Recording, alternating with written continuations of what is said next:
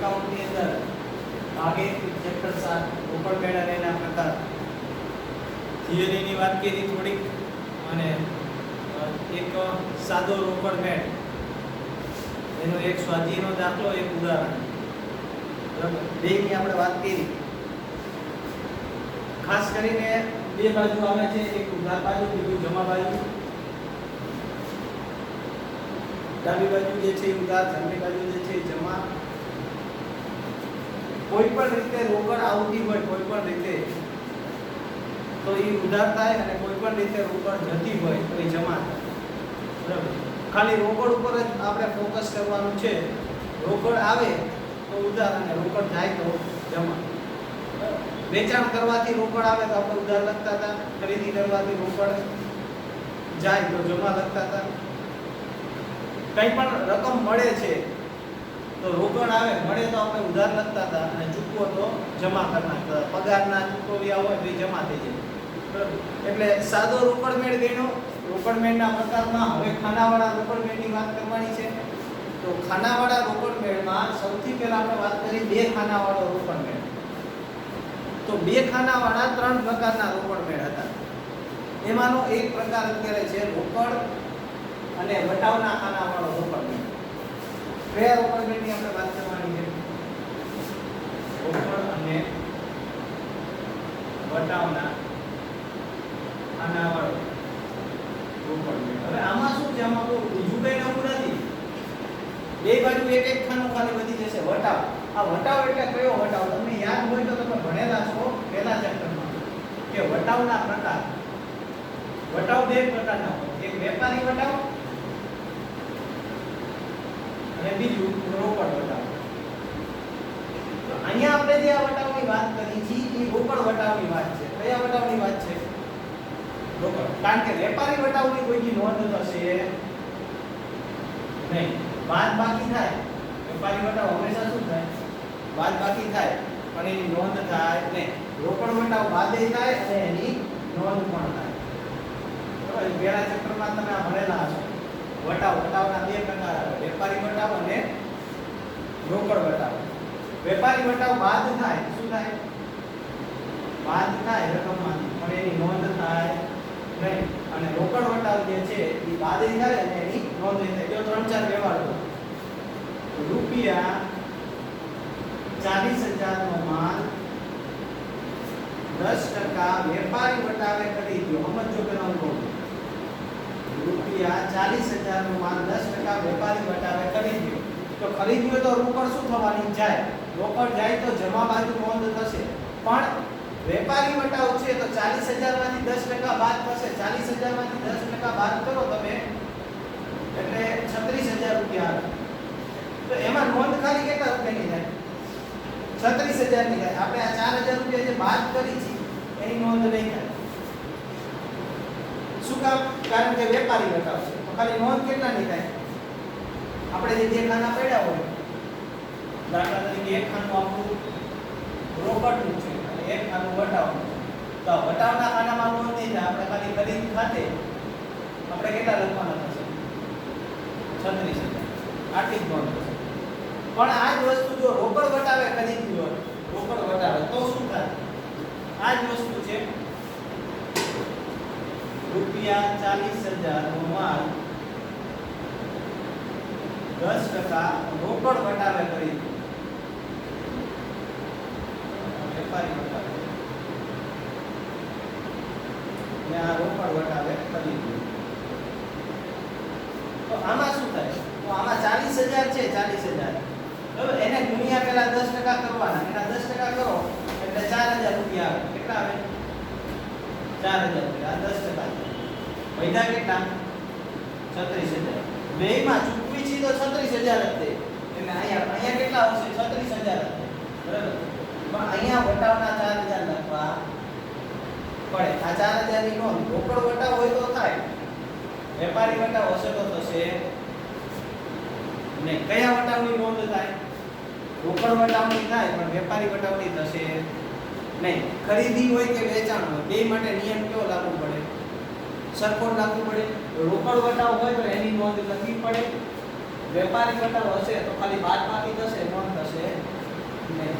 ખ્યાલ આવે છે વસ્તુનો? વેપારી વટાવ અને રોકડ વટાવ. બરાબર, આપણે અત્યારે આ વટાવની વાત કરી હતી. કયો વટાવ છે? રોકડ વટાવ. બરાબર, એની આપણે ચર્ચા કરવાની છે. જો દાખલો ગણીએ એટલે ખ્યાલ આવી જશે. દાખલો જો સ્વાધ્યાયની અંદર આવી તો એના પછીનો દાખલો.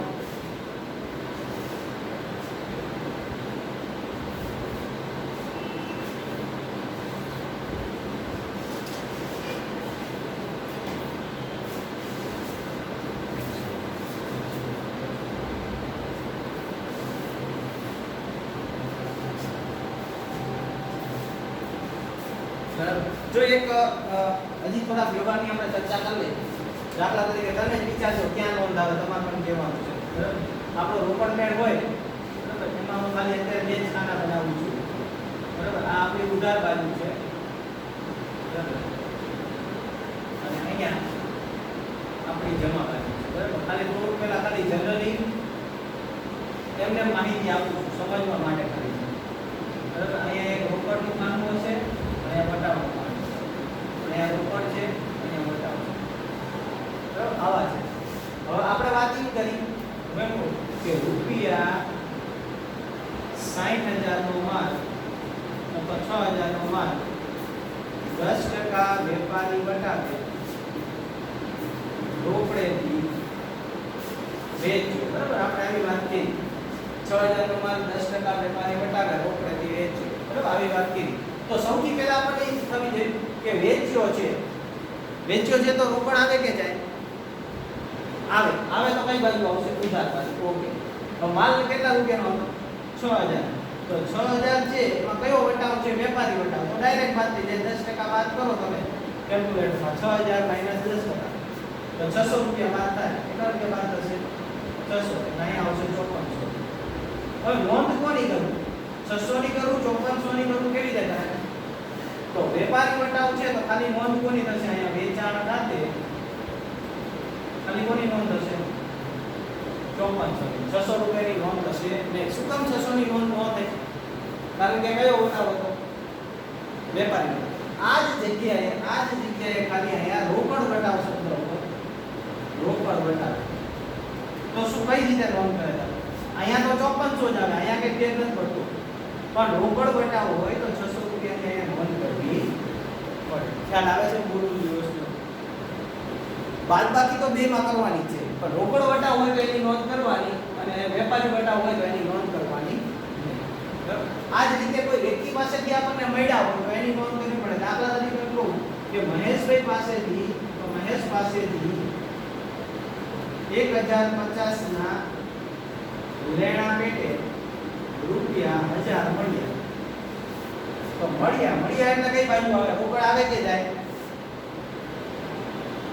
આવે તો કઈ બાજુ? ઉધાર બાજુ. તો તમે અહીં લખી લો મહેશ ખાતે. બરાબર, કેટલા રૂપિયા મળ્યા તમને? તો કે 1000 રૂપિયા. દેવાના કેટલા હતા? 1050. તો 50 રૂપિયા તમારી માટે શું થઈ ગયો? વટાવ. તો આવા વટાવની પણ નોંધ કરવી પડે. તો એક એવો વ્યવહાર આવે છે હવે નવો, એ સમજી લો એટલે આખો દાખલો તમને સમજાઈ જાય. ઘણી વખત આવું રૂપિયા 50,000 નો માલ 10% વેપારી વટાવે અને 10% રોકડ વટાવે ખરીદે. તો શું કરવાનું? વેપારી વટાવે છે અને રોકડ વટાવે છે. આવું હોય તો શું કરાય? તો તમે આમનોંધની અંદર શીખી ગયા હોય. આમનોંધમાં બરાબર 50,000 નો માલ છે, એમાંથી પહેલા વેપારી વટાવ શું થઈ જાય? બાદ. તો 50,000 ના 10% કરો એટલે 5,000 રૂપિયા બાદ થઈ જાય. 10% વેપારી વધશે કેટલા? 45,000 વધે. બરાબર,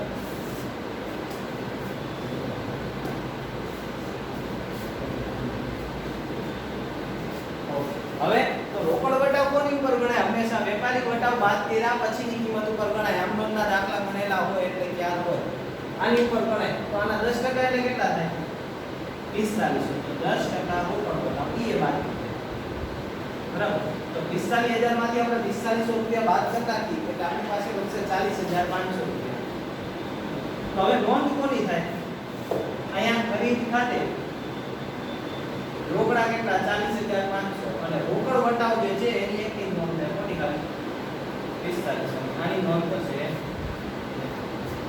આખે આખો દાખલાને સમજવું હોય હવે અત્યારે મેં જે ચર્ચા કરી એને તો એની માટે આપણે સ્વાધ્યાયનો દાખલો ગણી એટલે અત્યારે જે મેં જે ચર્ચા કરી બધી તમને ખબર પડી જશે. બરાબર? સ્વાધ્યાયમાં આવી ગયો.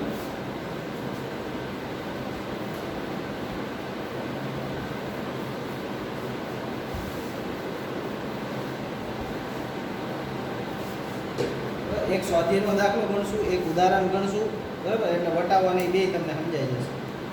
ટેક્સ્ટ બુકમાં પેજ નંબર છે 185. એમાં દાખલા નંબર 4 નીચેના વ્યવહારો પરથી જ્વલિતનો રોકડ અને વટાવના ખાનાવાળો રોકડ મેળ તૈયાર કરો. કેવી રીતે દોરાય રોકડ મેળ? તો તમારે ઉપર લખવું પડે કયા મહિનાનો છે? એપ્રિલ માસનો. તો શ્રી જ્વલિતનો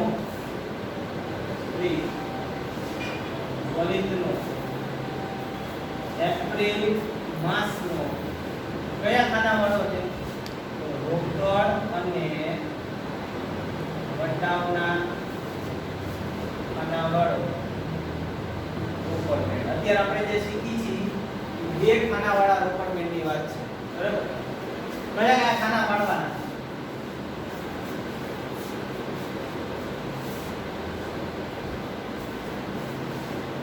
તો આપણે જે ખાના પાડતા હતા એના એ જ ખાના તમારે પાડવાના છે. તમારે જે રીતે દોરવું એ રીતે દોરી શકાય. ઊંધું આડું તમને જેમ ઠીક લાગે. પહેલું ખાનું તારીખ ઉધાર બાજુમાં, બીજું ખાનું વિગત અથવા તો તમે આઈ લખી શકો. બેમાંથી ગમે શબ્દ શકો. પછી ત્રીજું પહોંચ નંબર ખાલી જશે આ નામ પણ પહોંચ નંબર. પછી ખાપા. પછી બે ખાના આપણે ઓલામાં એક પાડતા હતા એની જગ્યાએ અહીંયા બે પાડવાના છે. એક ખાનું રોકડનું, બીજું ખાનું વટાવ. રોકડ વટાવ. અહીંયા આપણી આ લાઈન સુધી જાય ઉધાર બાજુની સાઈડ ને છે આની પૂરી થઈ. ઓલામાં ક્યાં સુધી દોરતા હતા? અહીંયા સુધી. આમાં એક ખાનું ખાલી વધારો એટલે આને કેવા ખાના વાળો કહેવાય? બે ખાના વાળો. આ ઉધાર સાઈડ પૂરી થઈ. જમા સાઈડ આની આ વસ્તુ જમા સાઈડ. પહેલું ખાનું તારીખ, બીજું ખાનું વ્યય એટલે કે વિગત. તો તારીખ વિગત અથવા તેને શું બોલાય? વ્યય. પછી શું આવશે? વ્યય આને શું હોય? Voucher number. પછી પાપા. રકમની અંદર એક ખાનું રોકડ અને એક ખાનું જે છે એ કોણ આવશે? વટાવ. આ સાઈડ છે એને શું કહેવાય? જમા. જે આની પહેલાના દાખલામાં દોર્યું હતું એ જ વસ્તુ આવશે પણ બે બાજુ વટાવનું ખાનું વધી જાય. બરાબર? આ બાજુ જે છે એ આપેલો વટાવ હોય, આ બાજુ જે છે મળેલ વટાવ હોય. એટલે લખવું હોય તો તમે લખી શકો. આ વટાવ આપેલ છે, આ વટાવ આપણે કોઈની પાસે ખરીદી એવું કંઈ કર્યું તો મળેલ. બે પ્રકારના વટાવ. દાખલાની શરૂઆત કરી સૌથી પહેલા તો 2015 એપ્રિલ 1 શરૂઆતની રોકડ શિલક 5500. યાદ કરો શરૂઆતની રોકડ શિલક કઈ બાજુ આવે? ઉધાર બાજુ. બાકી આગળ લાવ્યા. તો અહીંયા આપણે લખી નાખી 2015 એપ્રિલ 1 બાકી આગળ લાવ્યા. રોકડના ખાનામાં કેટલી? 5500. વટાવની કોઈ બાકી હોય નહીં. પછી હવે એનું કામ પૂરું થઈ ગયું. આગળ બીજો 4000 નો માલ 10% રોકડ વટાવે વેચ્યો. 4000 નો માલ 10% રોકડ વટાવે વેચ્યો. પહેલા તો મગજને પ્રશ્ન તરત જ થવો જોઈએ. વેચ્યો રોકડ આવે કે જાય? માલ વેચવાથી રોકડ આવે કે જાય? આવે. કઈ બાજુની સાઈડ લખશું આપણે? જમા કે ઉધાર? ઉધાર. તો પેલા આટલું લખી નાખવાનું છે. તારીખ કઈ છે? તો તારીખ લખી નાખી. તારીખ છે આપણી પાસે 3. શું કહ્યું? હવે વેચાણ. વેચાણ ખાતું. કેટલા રૂપિયાનો માલ છે? 4000. એમાં 10% રોકડ વટાવ. તો 4000 ના 10% કરો. કેલ્ક્યુલેટર છે તમારી પાસે? 4000 ગુણ્યા 10% એટલે કેટલા થાય? 400 રૂપિયા. 4000 માંથી 400 વટાવ બાદ કરી નાખો. એટલે કેટલા આવ્યા? 3600 રૂપિયા. પ્રશ્ન હવે એ કે જો વેપારી વટાવ હોય તો નોંધ નહીં કરવાની અને રોકડ વટાવ હોય તો નોંધ કરવાની. એમાં ચેક કરો કયો વટાવ છે તમારી પાસે? રોકડ વટાવ. રોકડ વટાવ છે તો 400 રૂપિયા લખવા પડે. થઈ ગયો વ્યવહાર ક્લિયર. એના પછી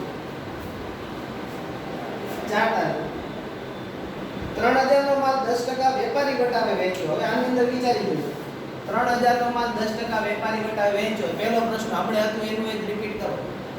વેચ્યો રોકડ આવે કે જાય? આવે. આવે તો ઉધાર. ઓકે તારીખ 4 બરાબર. એની એ જ વસ્તુ વેચાણ ખાતું. તરત પ્રશ્ન પૂછો કેટલા રૂપિયાનો માલ છે? 3000. 3000 ના 10%. 3000 ના 10% એટલે 300 રૂપિયા. 3000 માંથી 300 બાદ કરો એટલે 2700 રૂપિયા. બરાબર. પ્રશ્ન આવ્યો 300 રૂપિયાનો. 300 રૂપિયા લખું કે ન લખું? વિચારો તો લખાય કે ન લખાય? 300 રૂપિયાની નોંધ થાય કે ન થાય? ન થાય. શું કામ? કારણ કે કેવો વટાવ છે? વેપારી વટાવ. અહીંયા આવે નહીં. એના પછી 5 તારીખ અર્થને 2030 નો હિસાબ ચૂકતે કરવા 2000 રોકડા ચૂકવી આપ્યા. દેવાના હતા 2030. આપ્યા 2000. ચૂકવી આપ્યા. ચૂકવી આપ્યા તો રોકડ આવે કે જાય? જાય. જાય તો જમા 2015 એપ્રિલ 5 કોને આપ્યા? તો અર્થ ખાતે. કેટલા રૂપિયા આપ્યા તમે? 2000. આપવાના કેટલા હતા? 2030. તો 30 રૂપિયા શું કહેવાય? વટા. એના પછી 4000 નો માલ 5% રોકડ વટાવે ખરીદ્યો. વિચારવાની અસર શું થશે? 4000 નો માલ 5% રોકડ વટાવે ખરીદ્યો છે. કઈ બાજુ કેટલા રૂપિયાથી? કઈ બાજુ કેટલા રૂપિયાથી? કોઈ કહીએ કે મને તમારે કહેવાનું છે વિચારવું હોય. 4000 નો માલ 5% રોકડ વટાવે ખરીદ્યો છે. બરાબર. કોઈ કહીએ કે કઈ બાજુ? થોડીક ઉતાવળથી બોલજો.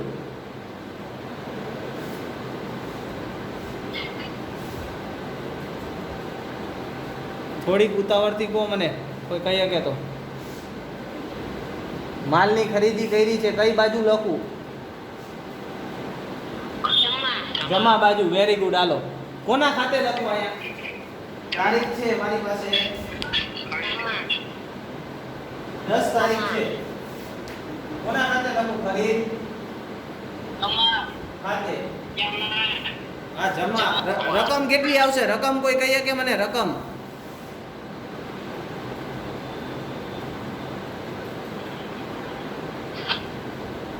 થોડીક ઉતાવળ રાખો. રકમ કહી શકો તો કોઈ?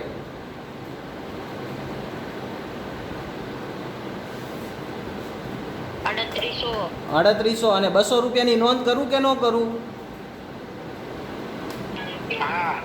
કરવી પડે ને? Very good. ચલો આમ ખબર પડે ને એ મહત્વની વાત છે. બરાબર. 3800 રૂપિયા અને 200 રૂપિયા લખવા પડે. શું કામ? કયો વટાવ છે? રોકડ વટાવ છે એટલા માટે. બરાબર. ઓકે ચલો.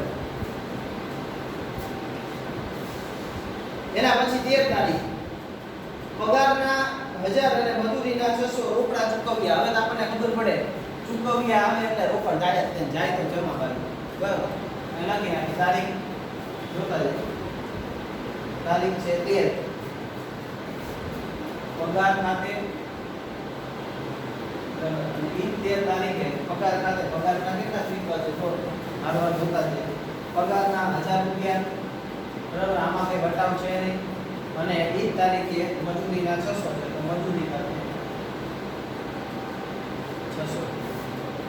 ક્લિયર 43 15 કમિશનના 100 અને દલાલીના 900 મળ્યા. જો આ તો રોકડા માર્ક હોય, આ તો ખબર પડી જ જવી જોઈએ. કઈ બાજુ હવે મળી આ તો ઉધાર બાજુ દરેક દાખલામાં હશે ત્યાં 15 શેના મળ્યા કમિશન અને આટલું રકમ કમિશન ખાતે 100 બરાબર 15 તારીખ દલાલી ખાતે 900 17 તારીખે શીખવાડીએ. કૃષ્ણાને 1420 ના હિસાબ પેટે 1400 આપી હિસાબ ચૂકતે કરી આપ્યો. કૃષ્ણાને 1420 દેવાના હતા, એની જગ્યાએ 1400 આપીને એનો હિસાબ ચૂકતે કર્યો. જેમ અર્થને આપ્યો તો એ જ રીતે બરાબર. તો કૃષ્ણાને 17 તારીખ કઈ બાજુ આવે જમા બાજુ. કૃષ્ણા ખાતે કેટલા દેવાના હતા 1420 એની જગ્યાએ આપ્યા કેટલા તો 1400 આપ્યા અને 20 રૂપિયા વટાવ મળ્યો બરાબર. ઓકે 18 તારીખ 5000 નો માલ 10% વેપારી વટાવે અને 5% રોકડ વટાવે વેચ્યો. જો યાદ કરો હમણાં મેં તમને સમજાવ્યું 5000 નો માલ એમાં 10% વેપારી વટાવ. પહેલું કામ શું કરાય કેલ્ક્યુલેટર હાથમાં લો 5000 માંથી 10% બાદ કરી નાખો. કેટલા વધ્યા 4500 રૂપિયા વધ્યા. હવે આપણે એટલું જ વિચારવાનું કે 4500 નો માલ 5% રોકડ વટાવે ખરીદ્યો છે વેચ્યો છે. તો 4500 નો માલ 5% રોકડ વટાવે વેચો તો તારીખ કઈ છે 18 વેચાણ ખાતે 4500 ના 5% કેલ્ક્યુલેટરમાં કરી જો પેલા 5000 હતા તમારી પાસે બરાબર, એમાંથી તમે 10% બાદ કર્યા એટલે વધ્યા કેટલા 4500 એને ગુણ્યા 5% એટલે 225 રૂપિયા. 225 રૂપિયા શું થયો રોકડ વટાવ એની નોંધ થાય અને 4500 માંથી 225 બાદ કરી નાખો તમે એટલે 4275 રૂપિયા. કેવી રીતે આખી વર્કિંગ નોટ થઈ જો હજી એક વખત સમજાય બરાબર. કોઈને હજી કદાચ તકલીફ પડતી હોય તો 5000 નો માલ હતો બરાબર, એમાં 10% વેપારી વટાવ એટલે 500 રૂપિયા અને 10% કરો એટલે શું થાય વેપારી બરાબર. વૈધા કેટલા 4500 વૈધા. આના ઉપર કયો વટાવ ગણાય રોકડ વટાવ. કેટલા ટકા છે 5%. તો આના 5% કરો તમે તો આના 5% થાય 225 રૂપિયા. આ શું થયું રોકડ. આમાંથી એટલા બાદ કરી નાખો એટલે 4275 રૂપિયા થયા આ રોકડ. આમાંથી નોંધ કોની થાય આની થશે નહીં. રોકડ વટાવમાં કેટલા 225 અને રોકડમાં 45. ક્લિયર? ઓકે. તો આ એક વ્યવહાર ધ્યાન રાખવાનું છે ખાલી બસ, બાકી બીજામાં કઈ છે નહીં. એના પછીની તારીખ 18 તારીખ પહોંચી ગયા. એના પછી 19 તારીખ 6000 નું એક યંત્ર રમેશ પાસેથી ખરીદ્યું જેના પેટે 2000 રોકડા અને બાકીની રકમ 1 માસ પછી ચૂકવી આપવાનું નક્કી કર્યું. એના માટે એક શબ્દ કહું છું સમજજો પહેલા. હું દાખલા તરીકે રોકડ મેળ અત્યારે બનાવું છું. શું બનાવું છું રોકડ. લાખ રૂપિયાની વસ્તુ લીધી પણ મેં એને 500 રૂપિયા આપ્યા તો રોકડ મેળમાં નોંધ ખાલી 500 ની થાય લાખની નોંધ. અહીંયા કોની આરે વહીવટ છે ખાલી રોકડ સાથે બરાબર. રોકડા કેટલા આપ્યા એ મહત્વનું છે, બાકી કેટલા રાખ્યા એની નોંધ મારે કરવાની નથી. તો 6000 નું યંત્ર લીધું અને 2000 રોકડા આપ્યા તો હું નોંધ કેટલા રૂપિયાની કરું 6 ની કરું 2 ની કરું 4 ની કરું. કોની કરવાની ખાલી 2000 ની. ભલે યંત્ર ભલે ગમે એટલા રૂપિયાનું બરાબર. 5 લાખ નું યંત્ર લીધું અને મેં 5100 રૂપિયા બારમાં આપ્યું ખાલી તો મારે ત્યાં રોકડ મેળમાં નોંધ કેટલાની કરવાની 5100 રૂપિયાની જ કરવાની બરાબર. રોકડ મેળમાં નોંધ માત્ર ને માત્ર રોકડ કેટલી આવી અને રોકડ કેટલી ગઈ એની જ નોંધ થાય બરાબર. તો અહીંયા યંત્ર જે છે સમજો હજી કહું છું 6000 નું યંત્ર ખરીદ્યું એમાં 2000 રોકડા ચૂકવા તો મારે યંત્રની નોંધ કેટલાની કરવાની છે ખાલી 2000 રૂપિયા. બાકી મારે કઈ કરવાનું છે નહીં. તો યંત્ર ખરીદ્યું તેનાથી મારી પાસે 2000 આવે કે જાય જાય તો જમા બાજુ તારીખ 19 યંત્ર ખાતે કેટલા રૂપિયા લખો હવે હજી એક વખત કહું 6000 કે 2000 કેટલા કેટલા ખાલી 2000 રૂપિયા. 23 તારીખ ધંધામાં વધુ નાણાંની જરૂર હોવાથી 3000 ની કિંમતનું ઘરનું ફર્નિચર 3500 માં વેચી દીધું, બરાબર, અને 2500 ધંધામાં લાવ્યા. આમ નોટ વખતથી તમે શીખતા હો. ઘરની વસ્તુ કેટલા રૂપિયાની હોય, કેટલામાં વેચો છો, એના હારે ધંધાને કોઈ લેવા દેવા હોતું નથી. તમે ભલે ચોરી માલ લાવ્યો, એનાથી ધંધાને કંઈ લેવા દેવા હોતા નથી. મહત્વની વાત શું છે, ધંધામાં શું આવ્યું? તો ધંધાની અંદર 2500 લાવ્યા તમે ખાલી. કોણ લાવ્યું હશે? માલિક. અને માલિક રોકડ લાવે તેને શું કહેવાય? મૂડી કહેવાય. તો 3000 ની આપણે કંઈ નથી કરવાનું, 3500 નું કંઈ નથી કરવાનું, જે છે એ 2500 રૂપિયાની નોંધ કરવાની છે. તો 2500 આવ્યા તો તારીખ 23, 2500 આવ્યા તો એને શું કહેવાય? મૂડી ખાતે કેટલા રૂપિયા આવ્યા? 2500. તો 2500 ની ખાલી નોંધ. 27 તારીખ 225 વેપારી મહામંડળને વાર્ષિક ફી તરીકે ચૂકવી આપ્યા. ચૂકવી આપો એટલે મગજના તરત જ લાઈટ થઈ જવી. કઈ બાજુ? જમા બાજુ. 27 તારીખ શેના ચૂકવા? તો વેપારી મહામંડળની વાર્ષિક ફી ખાતે વેપારી મહામંડળની વાર્ષિક ફી ખાતે કેટલા રૂપિયા? 225 રૂપિયા. 225. ગોડાઉન ભાડું 600 રોકડેથી ચૂકવ્યું અને લારી ભાડાના 300 સંપૂર્ણ રોકડા આપી દીધા. ટૂંકમાં બે વસ્તુ રોકડા આપ્યા છે. રોકડા આપો છો, ચૂકવો તો કઈ બાજુ? પાછું જમા બાજુ. પાછું આઈને લખી નાખી તારીખ 29. પેલા ગોડાઉન ભાડું આવ્યું, તો ગોડાઉન ભાડા ખાતે કેટલા રૂપિયા? 600 રૂપિયા. બીજું શું ચૂકવ્યું છે આપણે? લારી ભાડું. પછી 29 તારીખ હતી લારી ભાડા આવે એમાં 300 છે. હવે એક વ્યવહાર નહીં, બધા વ્યવહાર શું થઈ ગયા? પૂરા. હવે સૌથી પહેલા રોકડનું ખાનું બંધ કરવાનું. કયું ખાનું બંધ કરવાનું? ધ્યાન રાખજો, બોલું છું. કયું ખાનું બંધ કરશો? રોકડ. તો આ બાજુનો રોકડનો સરવાળો, ખાલી રોકડો, બીજું કોઈ જ નહીં. રોકડની બાકી હોય, વટાવની બાકી ન હોય, રોકડનો ખાલી આપણે સરવાળો કરી, ખાલી રોકડનો. તો કેલ્ક્યુલેટરમાં કરતા જાઓ. 5500 3600 હારવાર કરતા જજો. 5500 3600 2700 100 900 42 75 અને 2500 ટોટલ આવશે 19575. ચેક કરી લેજો. 19575. હવે હું શું કરું? આ 19575 એનો અહીંયા લાવું છું. એમાંથી ઉપરની 3800 19575 માંથી આપણે કેટલા બાદ કરશું? પહેલા 2000 3800 1000 600 1400 2000 200 25 600 અને 300 કેટલા આવે? 7650 આવે છે. 7650 ચેક કરી લેજો. 7650 રૂપિયા. આને શું કહેવાય? તારીખ છેલ્લી લખવાની. એપ્રિલ મહિનાની તારીખ કઈ હોય? 30. બાકી આગળ લઈ ગયા. બરાબર. વટાવનું શું કરવાનું? તો વટાવમાં ખાલી બે બાજુનો સરવાળો કરીને મૂકી દેવાનો. આપેલ વટાવનો સરવાળો અહીંયા 625 રૂપિયા. આ બાજુનો સરવાળો કેવો? વટાવમાં આ બાજુનો સરવાળો કરો.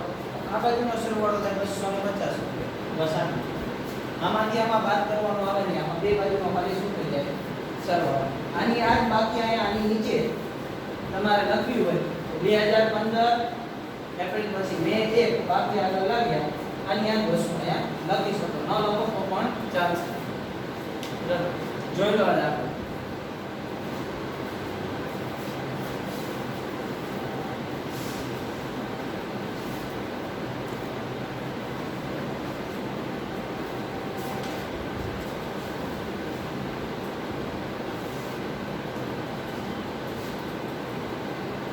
ખ્યાલ આવ્યો?